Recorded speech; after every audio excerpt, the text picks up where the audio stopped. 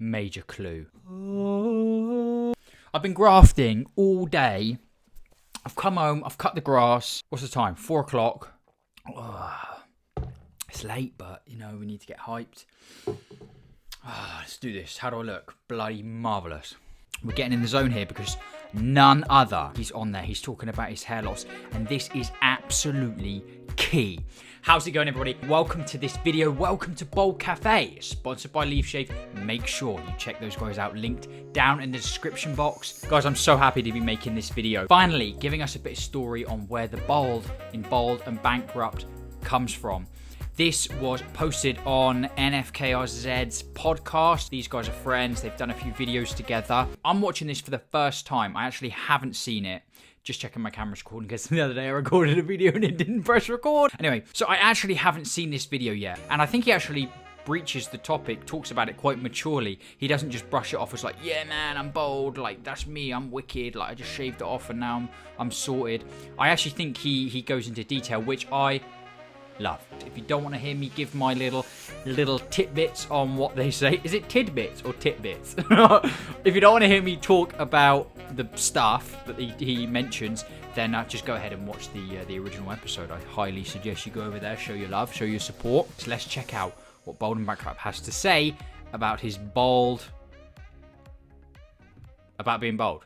I think it was just a way to cope with unhappiness. But yeah, I could put everything I own, like clothes, everything I own, into two holdalls, and I could be ready to go. And I like that. I like to be free. That's why I don't wear any jewelry. I don't wear a watch. I don't have like anything. I just like to be unencumbered by life and by everything. So I'm just free to move. That's why I travelled a little backpack.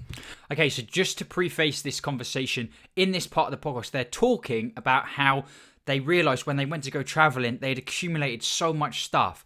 And he's just saying here about how, you know, he got rid of a ton of stuff. He realised all of this stuff was kind of holding him back, is what they're talking about. And he feels much more free, having gotten rid of all that baggage. I just like the feeling of just that freedom of not being tied down by anything.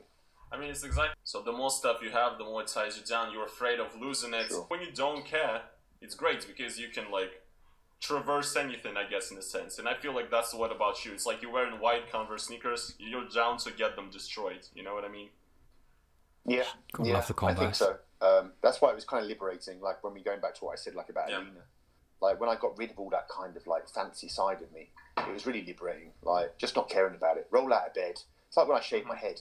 You know, same sort of thing, first time. Here we go. Like, it's liberating. Like I don't have to worry about that anymore, you know? It's like I don't have hair to like try and hide it, like it's receding. Oh, how do I hide? You don't, like you shave it, it's gone. It's like, okay, whatever. Like it's a weight off you. I remember coming back from India when I was 19. Wow. My mum said to me, out of nowhere, she said, "Oh, would you ever shave your head when you're older?" And I didn't realise at the time. I was like, "Yeah, sure, I'll shave my head. Why not?"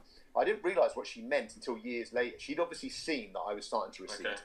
And she was just like testing the waters about how I would, that how I would feel about going bald. Yeah.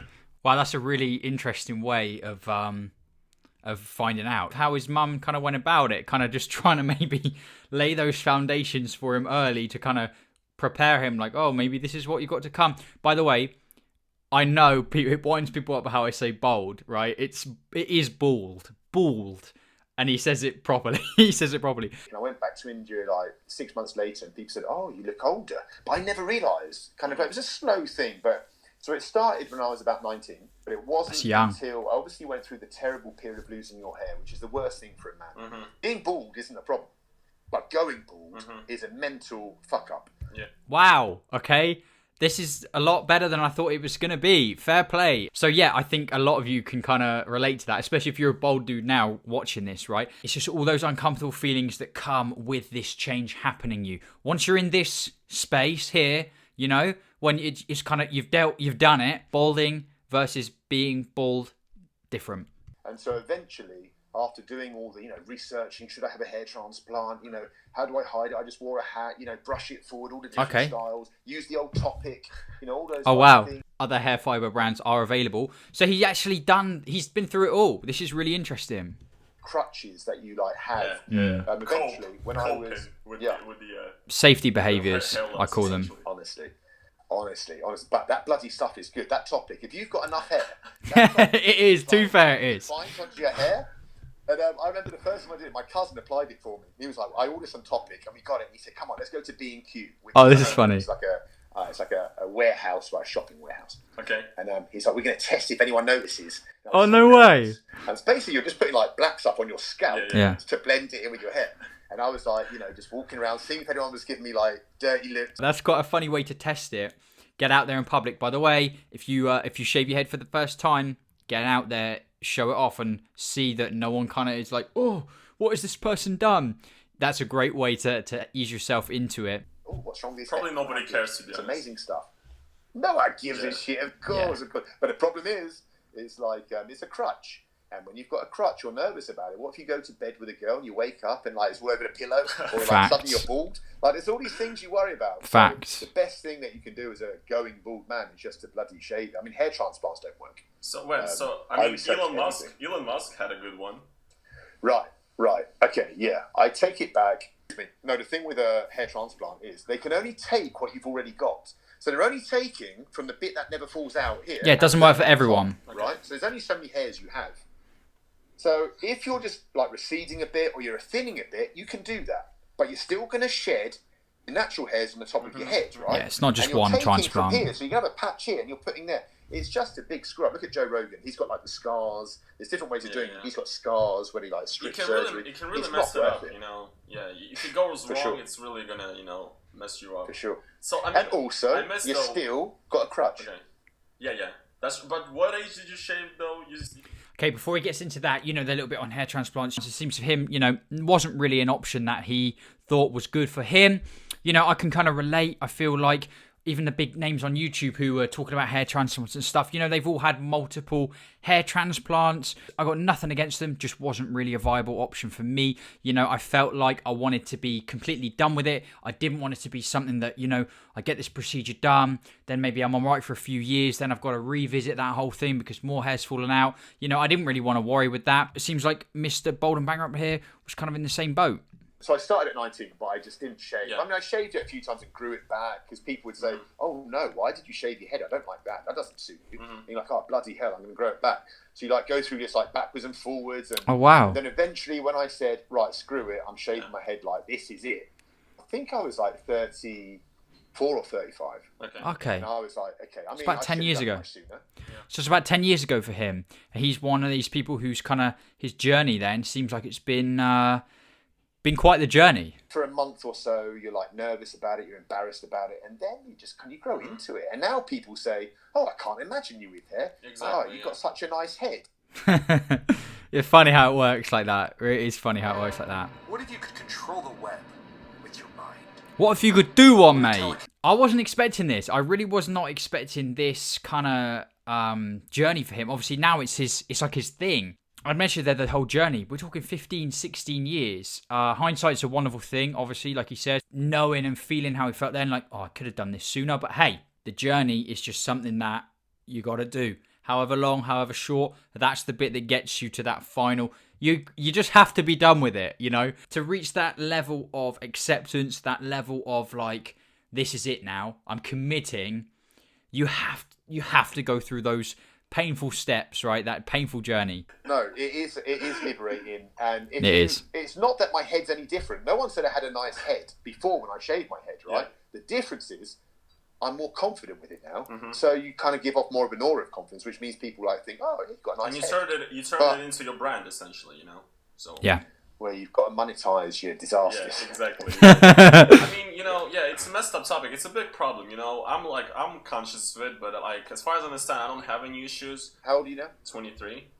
23. I would say you're probably going to be okay. No, I think you're going to be okay. I think you'll be okay. If you're not thinning at the back, you can never say. People bald at different ages. Yeah. But anyway, let's say the worst came to the worst. So there we go, guys. Really interesting stuff from Bold and Bankrupt. It was great to hear him finally talk about this. He's got some really fun videos where he visits these barber shops. And on occasion in his videos, he has kind of talked about shaving his head or lining up his beard and things like that. But it was great to hear a bit of the backstory. And I was quite surprised to hear, as that guy said, now it's his brand, right? It's a big part of his brand. It's how you kind of recognize recognise him. It's who he is, even in his name. And so it was quite surprising to hear that it was a bit of a journey, you know, a bit of a struggle, sounds like, over 15, 16 years before he finally committed to the shaved head. And once again, you know, I'm just making this video and kind of sharing it, trying to spread it out there because relatability, you know, I'm sure there's people now, maybe they're in that topic phase, they're beginning to get a little bit frustrated with doing that. Maybe you're in that research phase, or maybe, you know, you've been in that cycle of shaving it off and then people saying, oh, why have you done that? Or like, oh no, you look better before with hair, regrowing it, then feeling uncomfortable again, being in, out, in, out, in, out.